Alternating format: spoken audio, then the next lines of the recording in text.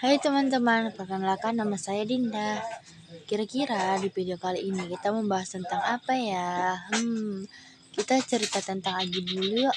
Liburan kemarin, Agi berlibur ke rumah kakek dan neneknya. Saat itu, kakek Agi bercerita tentang pengalamannya. Teman-teman, ternyata kakek Agi seorang pelaut loh. Dia sudah menjelajahi banyak negara. Jadi tambah penasaran nih dengan cerita kakek Agi. Kira-kira apa ya? Terus simak video ini sampai selesai ya. Cerita kakek Agi dimulai dari sejarah pembentukan benua. Awal mulanya bumi kita ini terdiri dari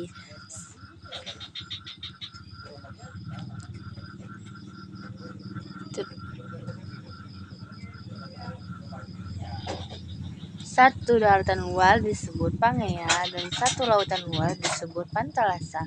Kemudian terjadi pergerakan pada lempeng bumi sehingga daratan luas tadi terpisah-pisah. Daratan luas Pangea awal mulanya terpisah menjadi dua bagian, yaitu Laurasia pada bagian utara dan Gondwana di bagian selatan.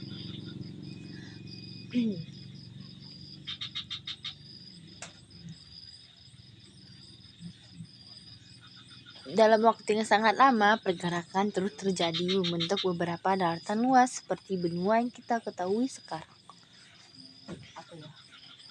Benua, dan Agi mulai bingung dan bertanya pada kakeknya, apa itu benua? Dengan senang hati kakek pun menjelaskan bahwa benua adalah daratan sangat luas yang berada di permukaan bumi yang dikelilingi oleh lautan. Saat ini ada 6 benua, yaitu Asia yang paling luas, Amerika yang paling panjang, Afrika, Eropa, Antartika, terakhir Australia yang paling kecil. Jadi sekarang Agi sudah tahu definisi benua dan nama-namanya. Selanjutnya kakek Agi ceritakan banyak hal tentang benua Asia, dimulai dari letak benua Asia secara astronomis. 11 derajat lintang selatan sampai 80 derajat lintang utara dan 26 derajat bujur timur sampai 170 derajat bujur timur. Dan sedangkan secara geografis di antara Samudra Arktik, Pasifik, dan India, dan di antara benua Australia dan Eropa.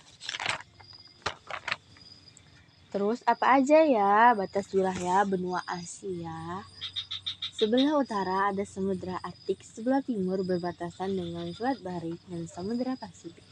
Sedangkan di sebelah selatan ada Samudra Hindia dan benua Australia.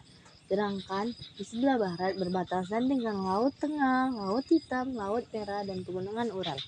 Selanjutnya, kakek pun menceritakan bahwa benua Asia terdiri dari Asia Timur, Asia Tenggara, Asia Selatan, Asia Tengah, Asia Barat atau disebut Timur Tengah, dan Asia Utara. Asia Timur seperti Cina, Jepang, Korea. Asia Tenggara seperti Indonesia, Malaysia, Thailand. Dan Asia Selatan seperti India, Pakistan, dan Nepal. Asia Tengah seperti Kazakhstan, Uzbekistan. Asia Barat seperti Arab Saudi, Afghanistan. Asia Utara seperti Rusia, Armenia, Azerbaijan, dan Georgia. Wah, Agi jadi penasaran dan ingin berkunjung ke negara-negara yang ada di benua Asia. Kakek Agi melanjutkan ceritanya tentang iklim yang ada di benua Asia. Ada iklim matahari, yaitu iklim dingin, iklim sedang, iklim subtropis, dan tropis. Iklim dingin terjadi pada wilayah Asia pada bagian utara di sekitar Siberia.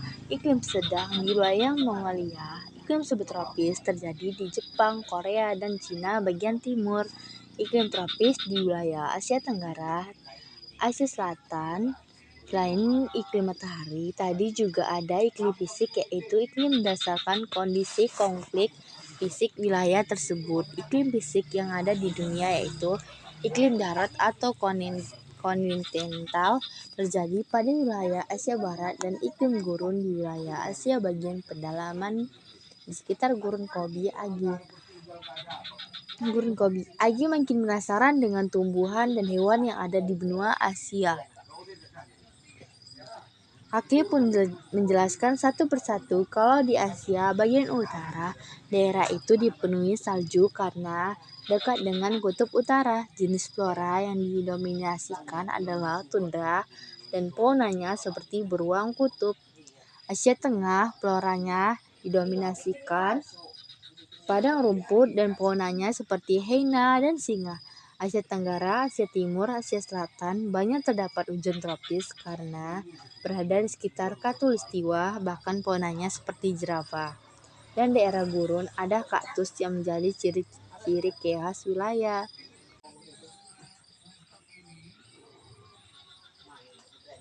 Kakek juga menceritakan tentang karakteristik benua Asia.